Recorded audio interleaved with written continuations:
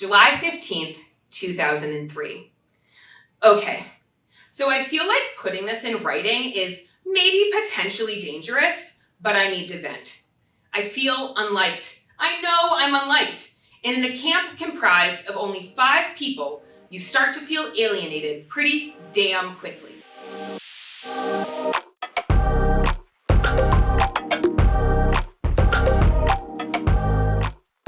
We just sort of started, and I realized I forgot to introduce myself. My name is Liz Morrison. I'm a storyteller, a tarot reader, workshop facilitator, and I've been hosting these storytelling nights at Manny's for the last almost year now, which is super crazy. But I really love hosting these storytelling nights for exactly what just happened in terms of getting people talking and using stories as a way to connect. And I think for me, in my personal journey, doing storytelling has really helped me actually look back at some of the experiences that I've had in my life and process some of the things that have happened to me in a way that maybe I always thought like, oh, haha, that was a funny story.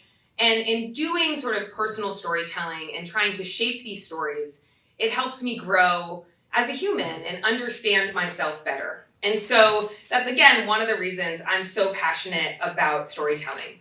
And so tonight, I decided to pick the theme summertime because I had this thing happen to me back when I was 18. And so what I'm going to do now is tell you my story. And I will just say this story is a little longer than I normally tell, but it's involved, and it involves 18-year-old Lizzie's journal. And you'll see why in a second.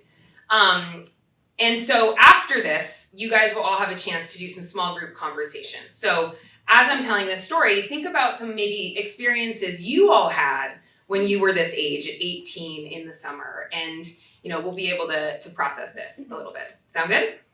Cool. Okay, so here's my summer story. I'm 18, and it's the summer between college and high school, right? Before I go to college.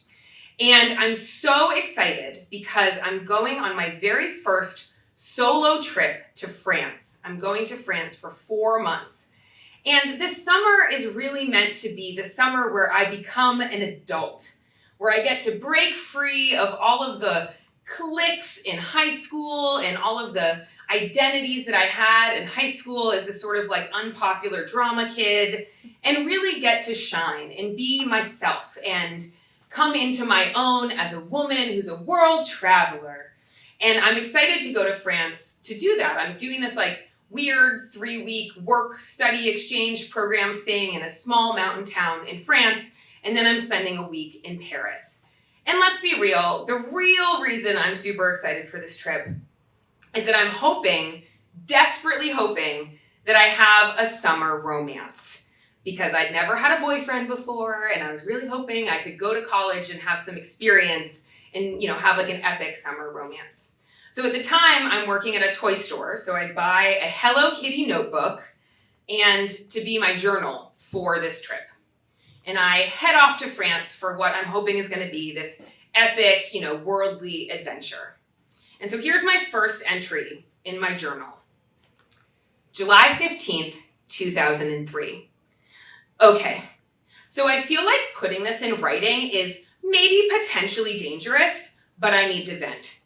I feel unliked. I know I'm unliked. And in a camp comprised of only 5 people, you start to feel alienated pretty damn quickly. So as you see this weird camp thing that I was at in this small mountain town in France, turns out there were only 5 campers that summer. 2 teenage boys and 2 teenage girls, and 1 very disinterested counselor named Spencer. And it takes roughly 12 hours for the other teenage boy and the other teenage girl to start hooking up. So that very first night of camp, I'm sitting on this bench with this other dude, Chris, who's a lacrosse player from Virginia who shops exclusively at Abercrombie & Fitch. And we're having a nice conversation looking out over the beautiful, mountain valley that we're in. And we have this really beautiful, deep conversation. He tells me about all of the sports that he plays at home and how he recently broke up with his girlfriend and he's sort of sad about it. And I tell him how I'm a drama kid and I've never really had a boyfriend or had that much experience with guys, and I'm honestly a little self-conscious about it.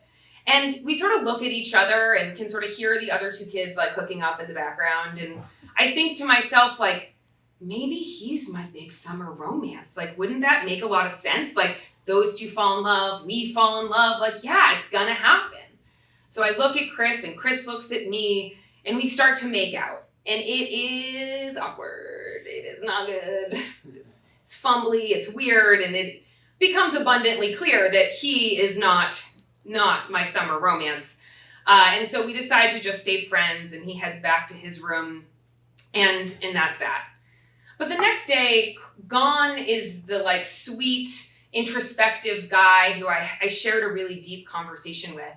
Instead is this like jock, macho, very cutting and sarcastic dude who starts making a lot of jokes, especially at my expense.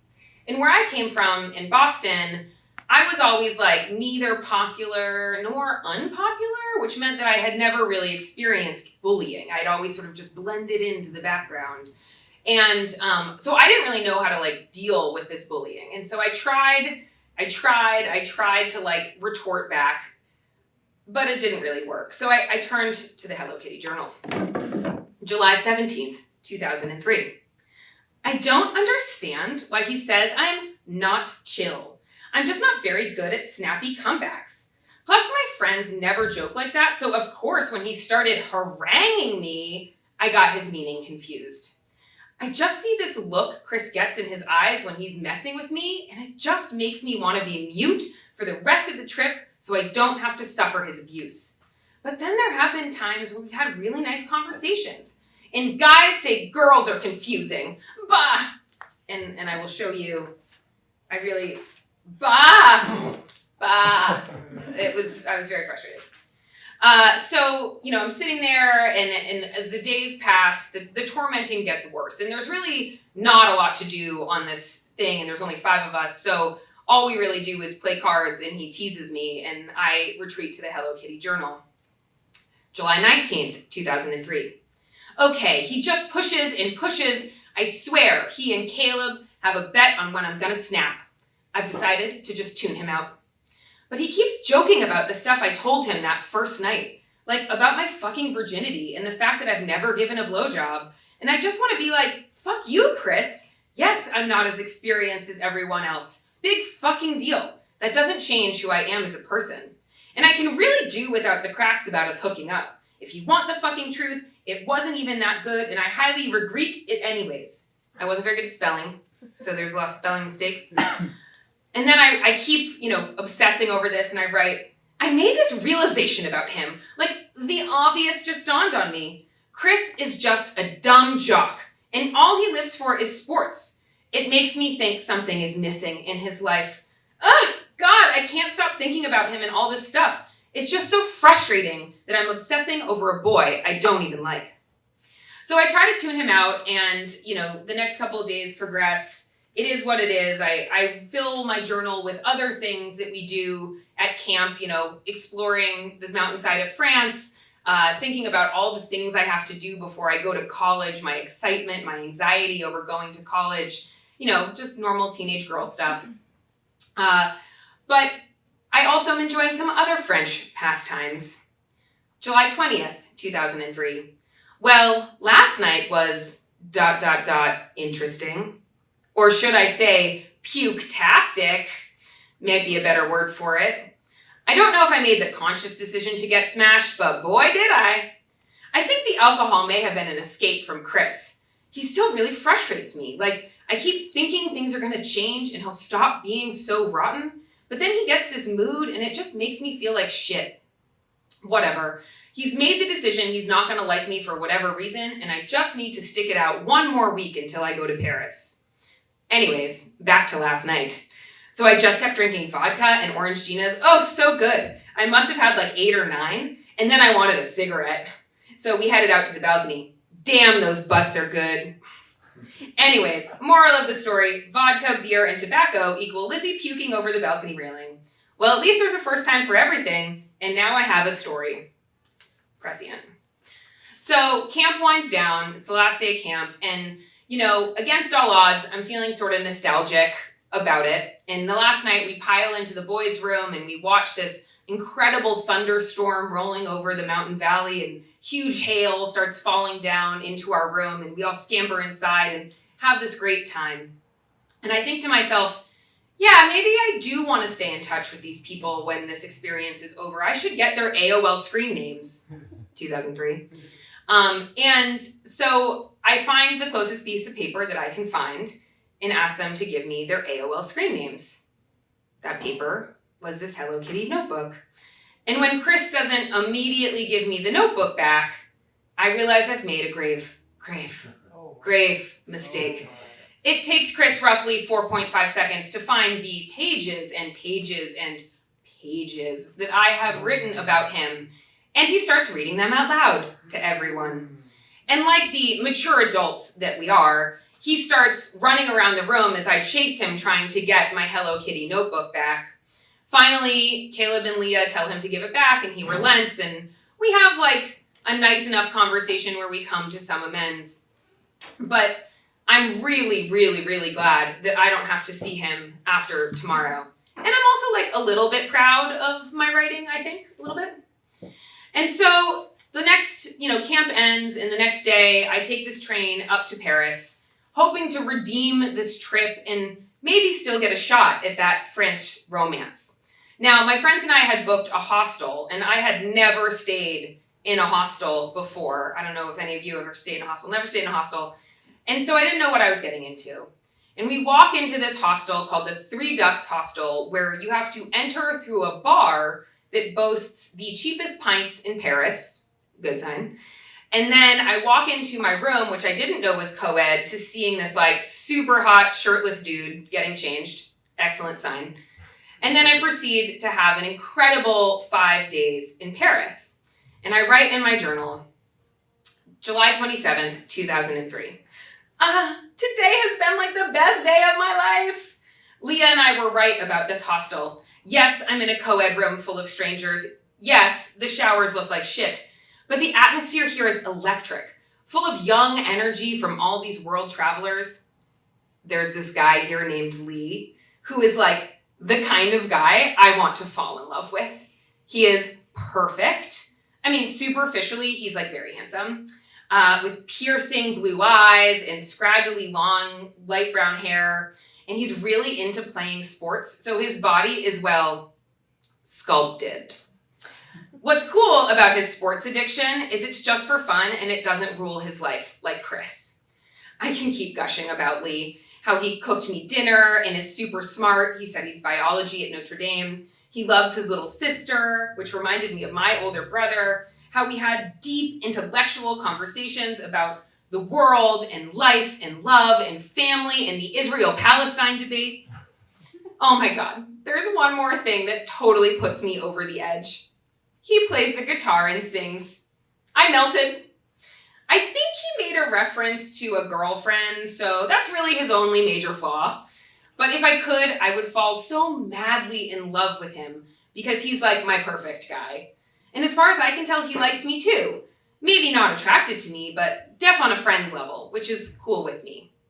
So Lee and I didn't have a romantic relationship, but he did very much redeem my faith in men and redeem my hopes that, I could be someone that people wanted to get to know, that I could go out into the world and meet people who were interesting and who were interested. And I was just it was like, 360, 180, whatever, from my time in this small mountain town with Chris. I felt so alive and so me. And so on the plane ride home, I wrote one final journal entry and spouted the kind of wisdom that only an 18-year-old who's had their first worldly adventure can come up with. I said, July 31st, 2003. This trip was a good beginning to my new life. It was just enough to get my feet wet in the world and learn some important lessons. Through Chris, I learned that sometimes you just need to deal with the assholes, because there is a certain point that they can redeem themselves. But after that point, you can't change them, so it's a waste of your time to try.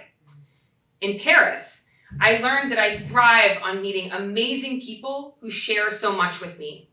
I really think the first year of college is going to be more like Paris because there'll be so many new people to meet. I cannot wait to go start my new life at college. I cannot wait to meet more people. Here I go. Welcome to the world.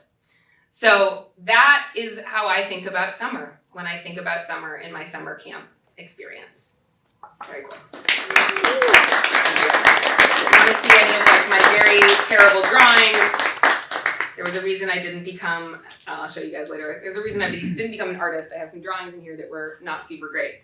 So that was, a really formative experience in my life. And I think I didn't realize how formative it was until I actually started working on that as a story and seeing how that really shaped so much of my relationship to men down the road and then also myself in travel. So that's how stories can be really powerful when you stop to really think about shaping them.